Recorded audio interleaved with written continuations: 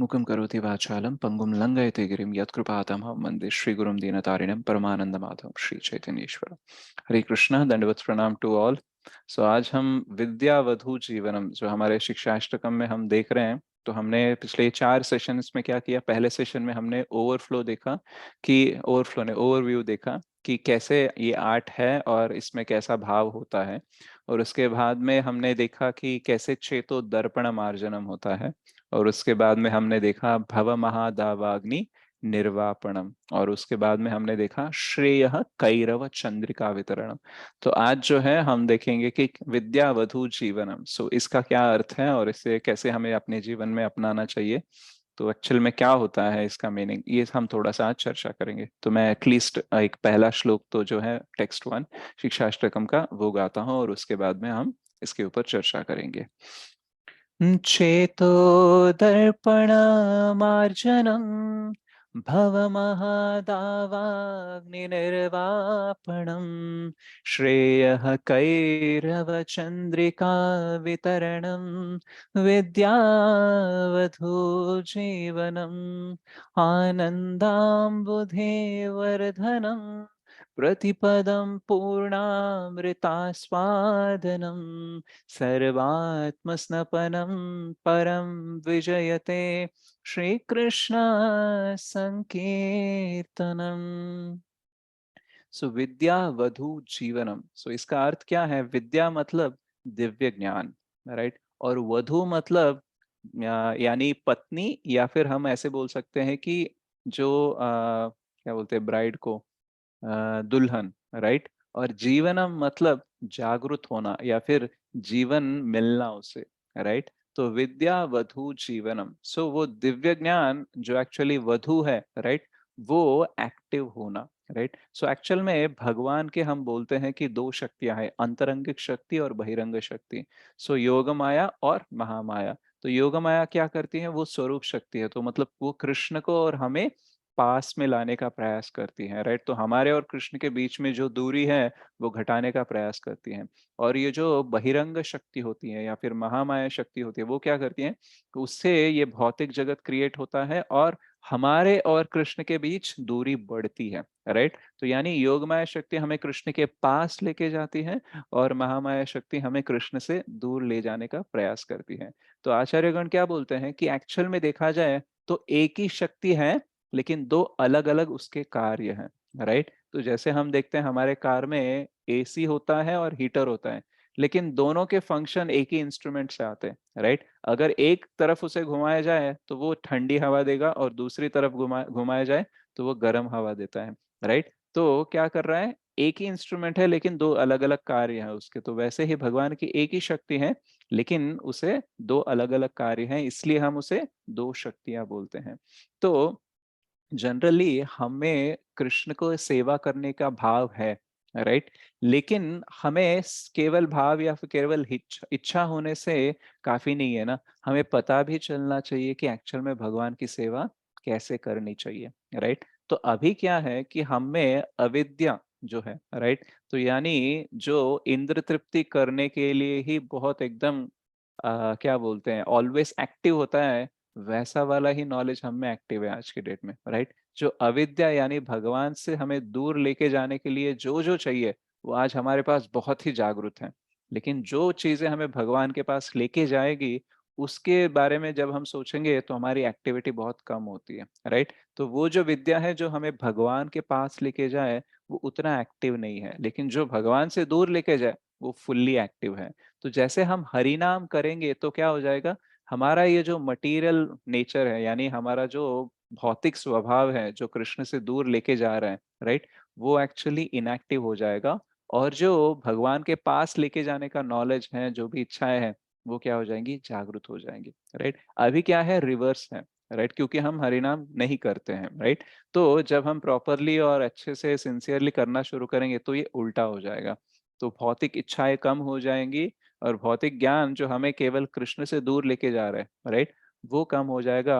और जो आध्यात्मिक ज्ञान, जो दिव्य ज्ञान जो हमें कृष्ण के पास लेके जाएगा, वो ज्यादा जागरूक होते रहेगा, राइट। तो मैं बोल रहा था कि इच्छा होना काफी नहीं है, हमें ये पता भी होना चाहिए कि कैसे सर्विस किया जाए, राइट? सो कृष्ण की सेवा सब करना चाहते हैं, लेकिन कैसे करे, कहाँ करे, किस प्रकार से करे, ये अगर हमें पता नहीं है तो क्या हो जाएगा, हम निराश हो सकते हैं, राइट? लेकिन प्रभुपाद बोलते हैं कि भक्त शायद कभी कभी कंफ्यूज हो सकता है, राइट, कि क्या करूं क्या ना करूं, लेकिन भक्त कभी भी निराश या हताश नहीं होता, और कभी ये नहीं बोलता कि मुझे सर्विस करनी ही नहीं है, मुझे भक्ति करनी ही नहीं है, ऐसा कभी नहीं बोलता।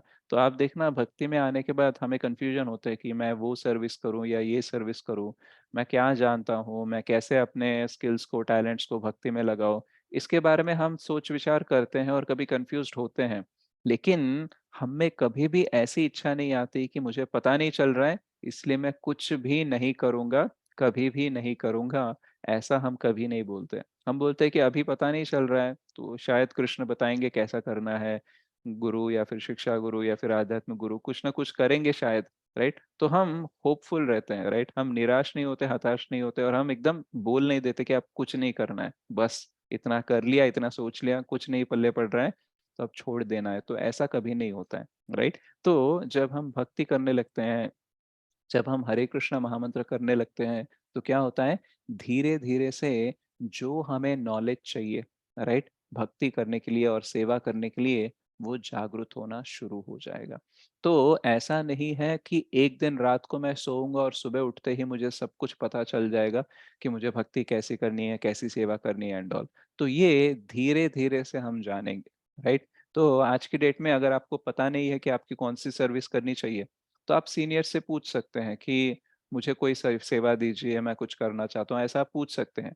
तो शायद वो कुछ आपको सेवा देंगे, तो भले ही वो आप अच्छे से कर पाओ या ना कर पाओ, लेकिन अगर आप ऐसे शुरुआत करोगे तो क्या हो जाएगा, ग्रेजुअली आपको पता चलेगा कि ऐसी कौन सी सेवा है जो आप कृष्ण के लिए बिना किसी के बताए बिना भी आप कर लोगे, राइट? तो यानी हम सब में कुछ इच्छाएं होती हैं, कुछ हमारा स्वभाव होता है, एक साइकोफिजिकल नेचर होता है। तो हमें कुछ चीजें करना अच्छा लगता है, कुछ चीजें करना अच्छा नहीं लगता है, राइट? तो जब हम भक्ति में बढ़ते रहेंगे आगे, तो जो हमें अच्छा लगता है वो हम कृष्ण के लिए कैसे करें, ये नॉलेज हमारा बढ़ता है, राइट? तो कुछ चीजें हैं जो कृष्ण की सेवा में आती हैं, कुछ चीजें हैं जो हमें पसंद है, कुछ हमें नापसंद है, राइट?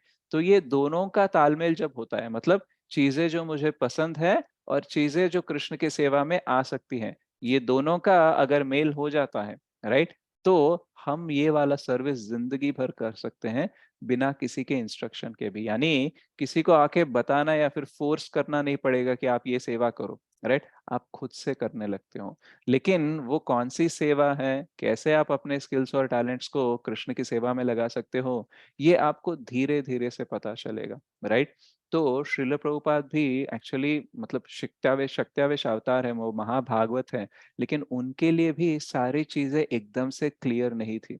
उन्हें बचपन में ही नहीं पता चला कि कौन से साल वो कहाँ पे रहेंगे, क्या करना चाहिए एंड ऑल, ऐसा पूरा ब्लूप्रिंट उनके पास नहीं था, राइट? लेकिन उन्होंने क्या किया, धीरे धीरे से आगे बढ़ा और एक एक चीज क्लियर करते हुए वो आगे गए, और इतना बड़ा उन्होंने इस संस्था का मतलब उन्होंने स्टार्ट किया और इतने देशों में मंदिर बनाए और इतना भक्ति का प्रचार किया। तो ग्रेजुअली धीरे धीरे से चीजें क्लियर हुई। तो अगर श्रील प्रभुपाद को ऐसे धीरे धीरे से क्लियर हुई, तो हमें भी धीरे धीरे से ही होंगे ना, हमें तेजी से नहीं होंगी। लेकिन श्रील प्रभुपाद जब ये पूरा जर्नी, मतलब ये पूरा सफर जब तय कर रहे थे, तो उनका पूरा विश्वास था कृष्ण के ऊपर, राइट? तो हमें भी वो विश्वास होना चाहिए। श्रील प्रभुपाद जब एक्चुअली अमेरिका पहुंचे थे, तब उन्होंने एक गाना लिखा था, उसको बोलते हैं मार्किने भागवत धर्म। तो उसमें प्रभुपाद बोलते हैं कि ये बंगाली में लिखा उन्होंने, बरो कृपा कैले कृष्ण अधर्मेर प्रति की लागी आनिले हे तो कोरो एबे गति आचे किछु कार्य तब ए अनुमाने नाहे केनो आनिबेन ए उग्र स्थाने। सो भगवान, मुझे पता नहीं है कि आप मुझे यहाँ पे क्यों लेके आए, यहाँ पे लेके आए मुझे भक्ति का प्रचार करने के लिए। एक्चुअली आपने बहुत बड़ी दया की इस यूजलेस सोल पे, मतलब एकदम कोई काम का नहीं हूं मैं, राइट? फिर भी आपने बहुत कृपा की और मुझे यहाँ तक लेके आया। लेकिन मुझे नहीं पता कि आपने क्यों और कैसे यहाँ पे मुझे काम करवाने वाले हो। तो मैं बस एक कठपुतली की तरह आपके इशारों पे नाचने के लिए मैं रेडी हूँ, राइट? क्योंकि आपको पता है कि आप मुझे क्यों यहाँ पे लेके आए, तो जैसे मर्जी चाहे आप मुझे खिलाना चाहते हैं, नचाना चाहते हैं, मैं नाचने के लिए रेडी हूँ, मैं उसी प्रकार से सेवा करने के लिए रेडी हूँ। यानी प्रभुपाद को क्लैरिटी नहीं था, लेकिन विश्वास था, राइट? सो चैतन्य चरितामृत में एक श्लोक आता है जहाँ बोलते हैं, श्रद्धा शब्दे विश्वास कहे, श्रद्धा निश्चय कृष्ण भक्ति कैले सर्व कर्म कृत होए। यानी श्रद्धा शब्दे, जो हमारे शास्त्र हैं, जो हमारे गुरुगण कहते हैं, तो उनमें हमें विश्वास होना चाहिए और दृढ़ निश्चय के साथ आगे बढ़ना चाहिए, ये सोचकर कि अगर मैं कृष्ण की सेवा करूंगा, राइट, तो बाकी जो कुछ भी होना है वो ऑटोमेटिकली सेट हो जाएगा, राइट? क्योंकि जब हम भक्ति में आगे बढ़ते रहते हैं तो हमारा मन हमें एकदम विचलित करने का प्रयास करता है, ये बोलकर कि अब भक्ति तो कर रहे हो लेकिन बाकी चीजों का कौन देखेगा, राइट? बाकी चीजें कौन सेट करेगा? सिर्फ भक्ति करने से थोड़ी ना सब कुछ हो जाएगा, राइट? तो थोड़ी ना तुम सर्विस करते रहोगे तो बाकी सब सेट हो जाएगा। तो बाकी हमारे रिलेटिव्स, फ्रेंड्स और बाकी हमारे रिश्तेदार भी बोलते रहते हैं, सिर्फ भक्ति करने से क्या होता है एंड ऑल, राइट? तो एक्चुअल में हम सिर्फ भक्ति नहीं करते हैं, हम सब कुछ करने का प्रयास करते हैं, लेकिन जब हम भक्ति करने लगते हैं तो लोगों को लगता है कि हम बाकी सारे काम छोड़ दिया, हम कुछ नहीं कर रहे हैं, राइट? तो भक्ति करते टाइम पे हमको विश्वास होना चाहिए कि मैं अगर भक्ति करूंगा तो सारे काम भी मेरे ठीक हो सकते हैं, और वो ठीक करने के लिए जो भी मुझे जितना टाइम देना चाहिए, जितना मुझे ज्ञान चाहिए, वो कृष्ण मुझे सप्लाई करेंगे, इस पे हमारा विश्वास होना चाहिए, राइट? जैसे कभी अगर लाइट चली जाती है तो पूरा अंधेरा हो जाता है, राइट? तो हम सिर्फ लाइट आने का इंतजार नहीं करते हैं, हम अपने फोन का बैटरी ऑन करते हैं और धीरे धीरे से अपना काम शुरू करते हैं, आगे बढ़ते हैं, राइट? तो भले ही हमें पूरा ना दिखे, लेकिन हम वो टॉर्च लाइट लगाकर एक एक कदम आगे लेते हैं। तो श्रील प्रभुपाद के पास भी पूरा कुछ एग्जैक्ट प्लान नहीं था, पूरा अंधेरा था, लेकिन एक एक स्टेप लेकर वो आगे बढ़े। तो वैसे ही हमारे जीवन में भी अंधकार है, लेकिन हमें क्या करना चाहिए? एक एक स्टेप लेकर आगे बढ़ना चाहिए, जो भी हमें सर्विस मिलती है वो करना चाहिए, और हमें एक इच्छा रखनी चाहिए कि मुझे कौन सी सेवा करनी चाहिए, इसका मुझे विचार करते रहना चाहिए, एक्सप्लोर करते रहना चाहिए। और जब हम एक्सप्लोर करते हैं उस टाइम पे हमें ये विश्वास रहना चाहिए, राइट? अगर विश्वास नहीं है तो हम ज्यादा कुछ सोचेंगे नहीं, राइट? मतलब सकारात्मक सोच हो नहीं सकती अगर बिना विश्वास के, राइट? तो इसलिए विश्वास रखना चाहिए, और विश्वास रख के जब हम साधना भक्ति करेंगे तो हम शुद्ध भक्ति की ओर बढ़ते रहेंगे, राइट? और कृष्ण भी भगवत गीता में बोलते हैं 10:10 यानी 10वें चैप्टर के 10वें श्लोक में कि तेषाम सतत युक्तानाम भजताम प्रीति पूर्वकम ददामि बुद्धि योगम तम ये नमाम उपयांति ते। यानी आप प्रीति पूर्वक अगर प्रेम से भक्ति करोगे तो जो भी ज्ञान आपको चाहिए मेरे पास आने के लिए, वो मैं खुद सप्लाई करूंगा। और वो 10.11 में कहते हैं कि ज्ञान दीपे न भास्वते, यानी मैं खुद दिया बनकर आपके हृदय का अंधकार, यानी जो भी अविद्या है, जो हमारा अंधकार है, उसको मैं दूर करूंगा, राइट? सो यानी भगवान हमें जो भी नॉलेज चाहिए वो सप्लाई करेंगे, लेकिन किस पे डिपेंड करेगा? कि हम कितने शरणागत है और हम कितना सिंसियरली, कितना प्रेम पूर्वक उनका नाम ले रहे हैं। तो हरि नाम लेने से, हरे कृष्ण महामंत्र करने से क्या होगा? जो हमें नॉलेज चाहिए वो एक्टिव हो जाएगा। तो वो एक्टिव भी कौन करेगा? कृष्ण करेंगे, राइट? सो क्यों कृष्ण करेंगे? क्योंकि हम कृष्ण की सेवा करना चाहते हैं, तो जो भी ज्ञान चाहिए वो कृष्ण ही दे सकते हैं ना, राइट? तो जितना हम सिंसियरली चैंटिंग करते रहेंगे, जितना हम सिंसियरली हरि नाम लेते रहेंगे, उतना ही एक्टिव हमारा विद्या हो जाएगा।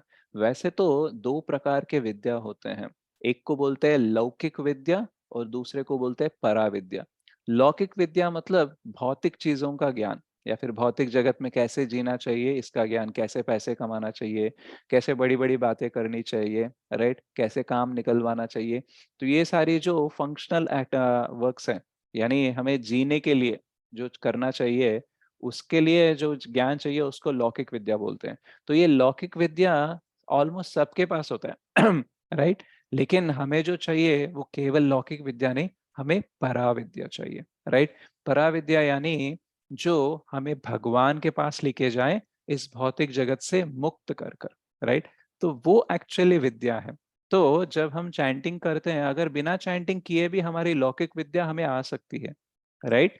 लेकिन अगर परा विद्या चाहिए तो हमें चैंटिंग करना होगा। तो हरि नाम क्या करता है, हमारा परा विद्या को एक्टिव करता है, और हमारा जो संबंध ज्ञान है कृष्णा के साथ, राइट, उसकी मतलब उसका पोषण करता है। तो उसकी वजह से क्या होता है, हम भक्ति में आगे बढ़ते हैं और कृष्ण के ऊपर हमारा विश्वास और बढ़ते रहता है, और हमारी सेवा भी बढ़ती रहती है। वैसे अगर बड़े जो भक्त होते हैं, राइट, महान भक्त होते हैं जैसे यशोदा माई या श्रीमती राधा रानी, इन सबको ऑलरेडी पता होता है कि कृष्ण को क्या चाहिए, राइट, कृष्ण की कैसी सेवा करना चाहिए, कृष्ण को क्या चाहिए, उसके लिए क्या क्या किस किस चीजों की जरूरत है, वो सब उनको पता होता है। लेकिन हमें नहीं पता होता है। हमको तो पता ही नहीं है कि कृष्ण को मैं क्या करूंगा तो वो वे संतुष्ट होंगे, राइट? तो इसीलिए हमें क्या करना चाहिए, साधना भक्ति करनी चाहिए, राइट? और उस साधना में सबसे इंपॉर्टेंट क्या है कि हम हरि नाम लेते हैं। तो ये हरि नाम लेते हैं, क्या हो जाएगा, एक ना एक दिन हम भी शुद्ध भक्त बन जाएंगे, और तब हमें एग्जैक्टली पता होगा कि मुझे कृष्ण के लिए क्या करना चाहिए।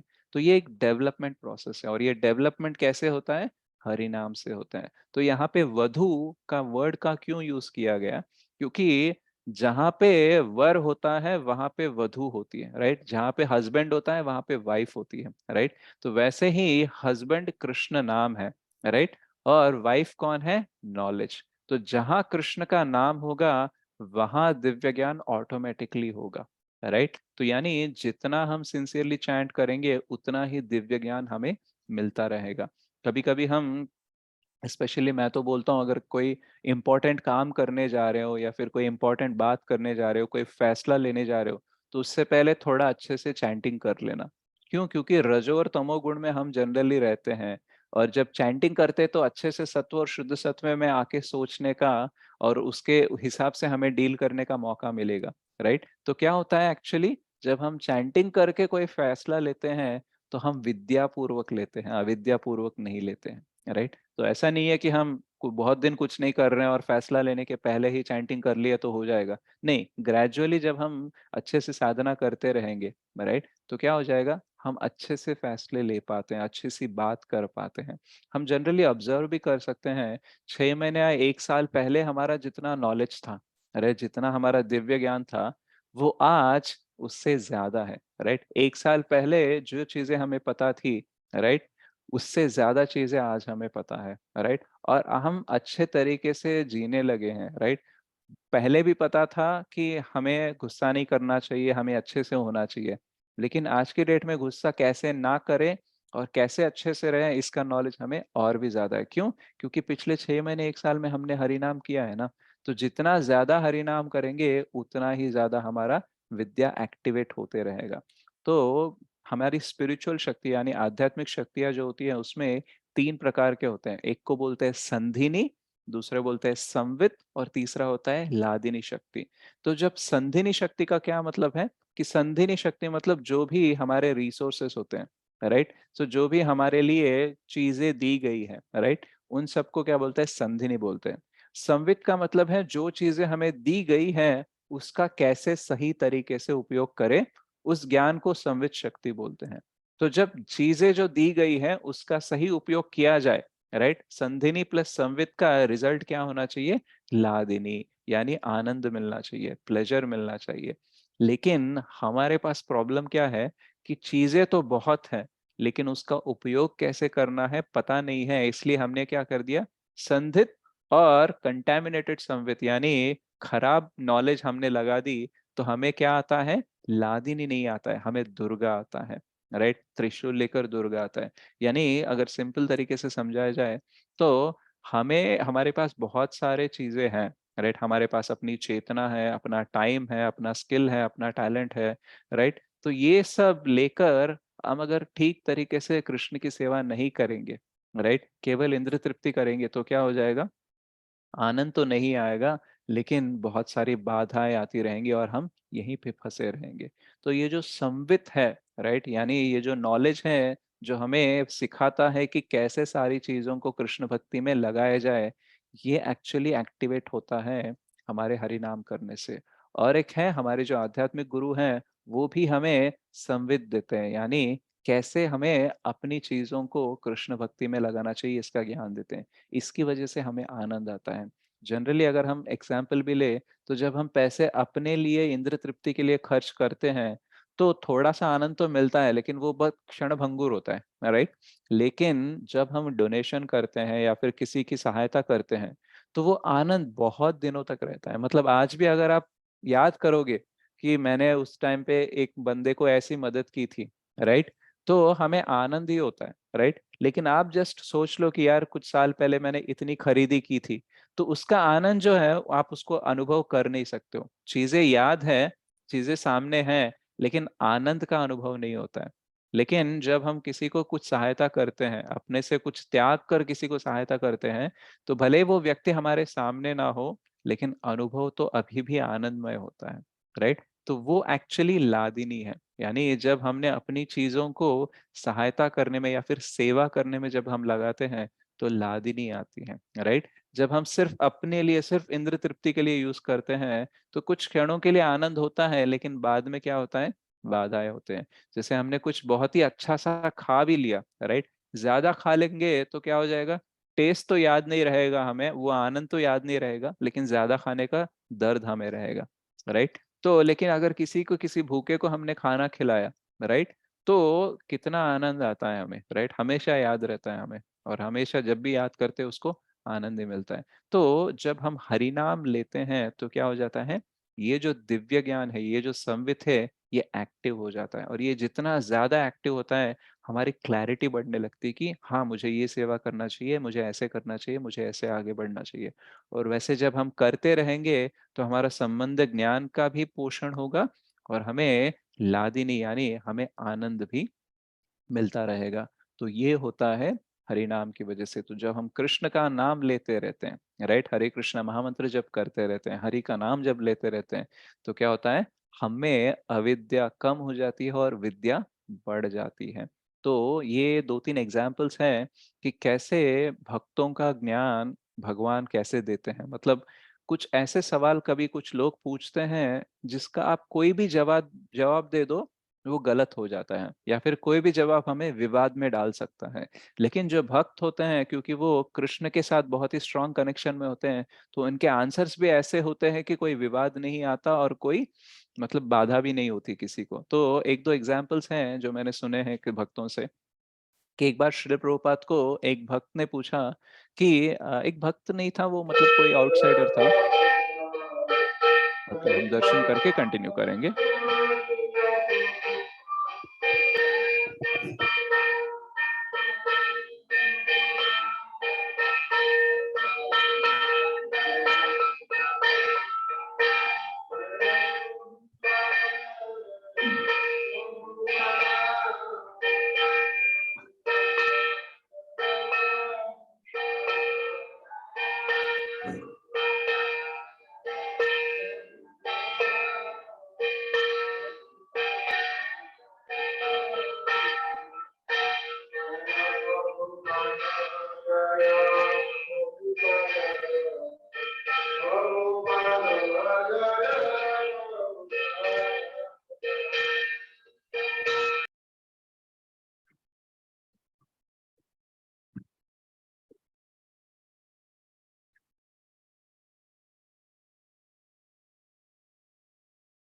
वो शुद्ध दर्शन।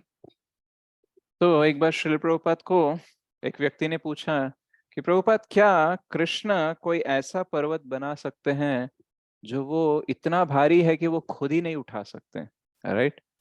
तो सवाल कैसा था कि क्या भगवान ऐसा कोई पर्वत बना सकते हैं जो वो खुद ही नहीं उठा सकते। तो अगर प्रभुपाद ने बोला कि नहीं, ऐसा कोई पर्वत नहीं बना सकते हैं, तो वो व्यक्ति क्या बोलेगा, आपने तो बोला था कि कृष्ण कुछ भी कर सकते हैं, तो आप ऐसे कैसे कह सकते हैं कि ये कृष्ण नहीं कर सकते। अगर प्रभुपाद ने बोल दिया कि हाँ कर सकते हैं, ऐसा पर्वत वो खड़ा कर सकते हैं जो वो खुद ही नहीं उठा सकते, तो वो व्यक्ति क्या बोलेगा, मतलब क्या भगवान है जो कुछ उठा ही नहीं पा रहे, राइट। तो यानी कोई भी आंसर दे दो वो गलत हो सकता है, या फिर वो विवाद में डाल सकता है।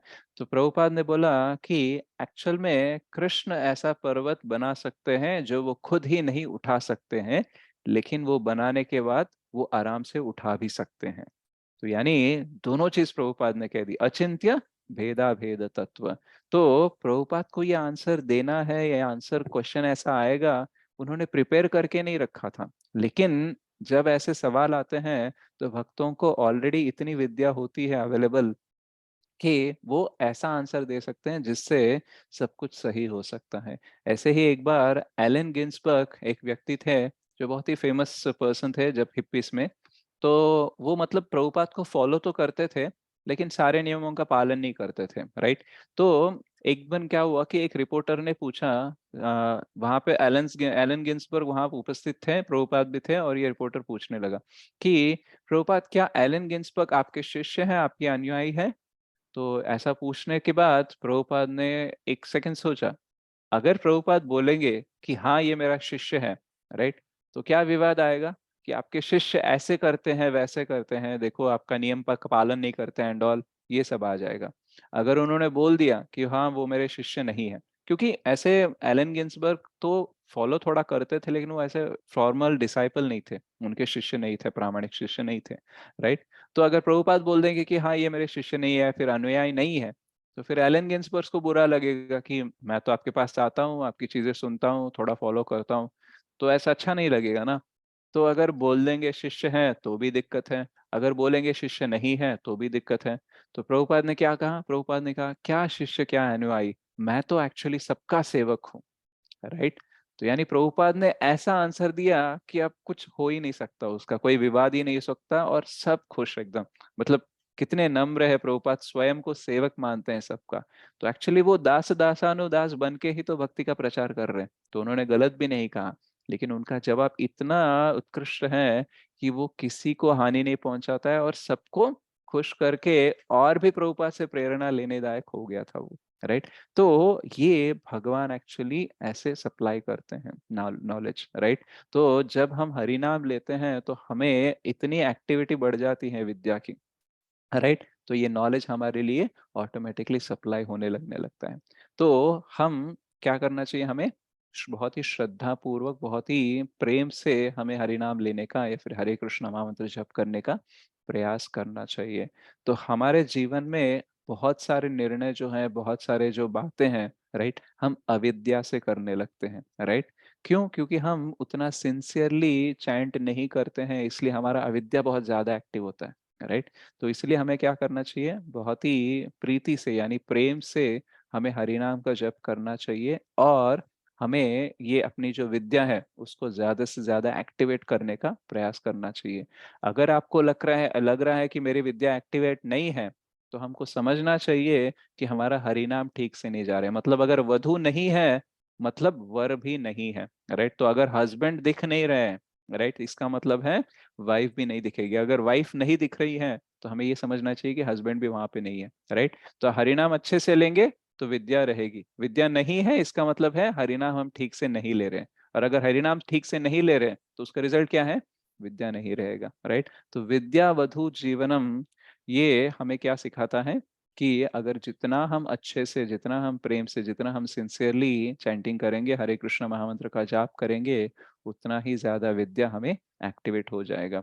तो जीवनम ऐसा वर्ड क्यों यूज किया, क्योंकि कभी कभी हम देखते हैं जब हमें कोई प्रिय व्यक्ति है, कोई हमें मिलने आ जाता है या फिर हमसे बात करता है, तो हम ऑटोमेटिकली थोड़ा एक्टिव हो जाते हैं, राइट। कभी कभी हम देखते हैं कोई अगर बीमार है, कोई एकदम वीक है, पड़ा हुआ है, सोया हुआ है, लेकिन उसका कोई प्रिय व्यक्ति आ जाता है उससे मिलने, तो सडनली थोड़ा एक्टिव हो जाता है। तो हम भी बोलने लगते हैं, अरे अभी तो बीमार पड़ा था तो अब तो एक्टिव हो गया, ऐसे कैसे हो गया, राइट। तो जब कोई प्रिय व्यक्ति आता है हमारे पास, राइट, तो हम ऑटोमेटिकली एक्टिव हो जाते हैं, हमारी वीकनेस कम हो जाती है, हमें थोड़ा सा धैर्य उत्साह आ जाता है। तो वैसे ही हमारे अंदर जो अविद्या अभी एक्टिव है, उसकी वजह से हमारी विद्या क्या है, इनएक्टिव पोजीशन पे, उसमें जान ही नहीं है, राइट, एकदम मरा पड़ा हुआ है।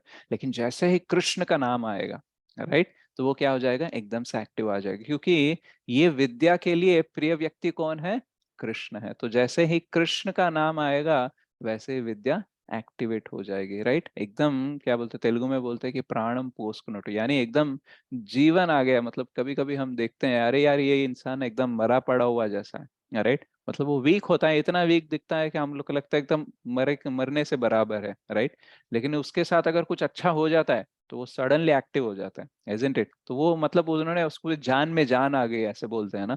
तो वैसे ही जब हम हरि नाम लेते हैं तो हमारे विद्या में जान आ जाती है, राइट। इसलिए बोलते हैं विद्यावधु जीवनम। तो हमने सीखा कि कैसे विद्या जो दिव्य ज्ञान है वो वधु की तरह है, और उसमें जीवन कब आ जाता है, जब हम ये हरि नाम प्रॉपरली लेते हैं।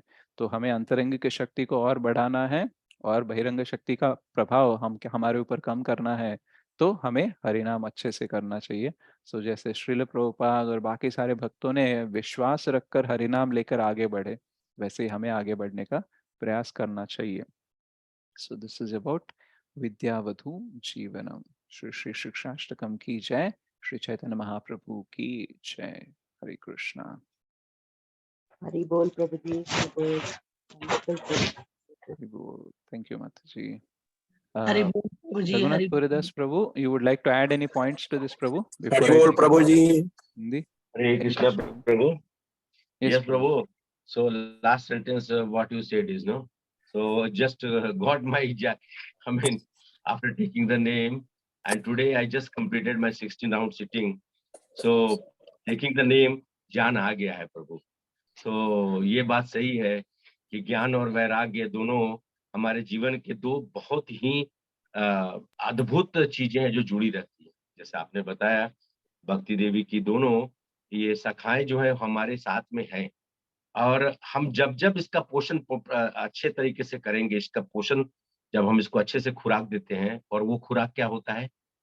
वो खुराक होता है जैसे आपने बताया, भगवान के नाम का स्मरण करना, भगवान की लीलाओं को सुनना, और भक्तों के संग में रहकर भगवान की लीलाओं को प्रदर्शन करना भी, उसको दिखाना।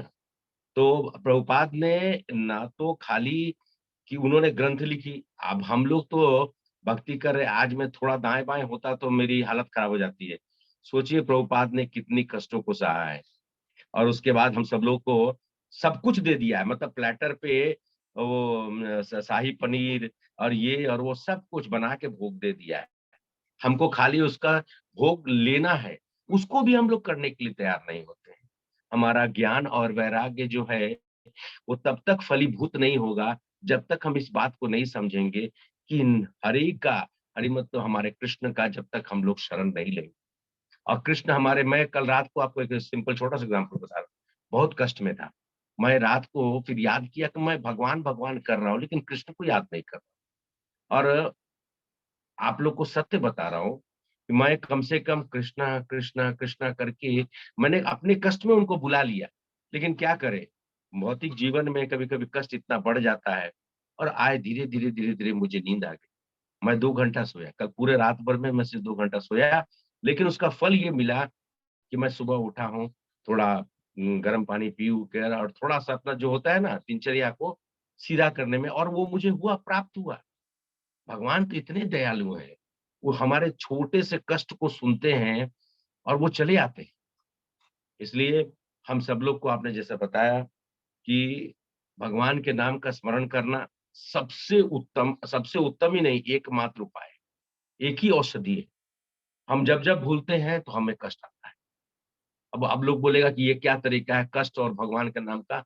वो इसलिए कि हम भूल जाते हैं ना, तो कष्ट है तभी तो हम लोग हम ना भगवान को भूल गए थे तो इस दुनिया में आए हैं, और ये दुनिया तो कष्टों से भरा हुआ है। हम यहाँ पे सुख ढूंढते हैं, वो है नहीं, लेकिन मिथ्या है, उसको हम लोग मानते नहीं।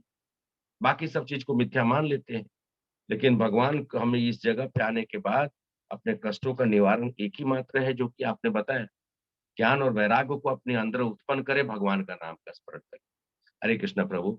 थैंक यू सो मच प्रभु। और मैंने आज पूरा सुना है, तेलुगु का तो थोड़ा थोड़ा थोड़ा समझ में आया, लेकिन हिंदी का मैंने पूरा सुना। और हरि बोल प्रभु जी, हरि बोल। आवाज मेरी एकदम अवरुद्ध है अभी, लेकिन मुझे आज शक्ति जो भी प्रदान हुई है वो भक्तों का संग, और साथ साथ में भगवान की विशेष कृपा है। रात को उनको स्मरण किया है 2 बजे रात को, हे कृष्ण, हम मतलब मुंह से सिर्फ हरे कृष्णा कृष्णा कृष्ण यही निकल रहा था, और लगता है 10 मिनट के बाद मुझे नींद आ गई, मैं सो गया। इतनी खांसी हो रही थी कि बैठ गया था मैं, मतलब सर पकड़ के बैठा। तो कभी कभी भगवान अपनी लीलाओं को बताते हैं और हम लोग को उसका दर्शन करना चाहिए। हरे कृष्णा प्रभु, please thank you so much, आप लोग कंटिन्यू करिए। और थैंक यू। आप लोग से बस आप लोग की प्रार्थना है मेरे लिए, इसके लिए मैं हमेशा आभारी रहूंगा।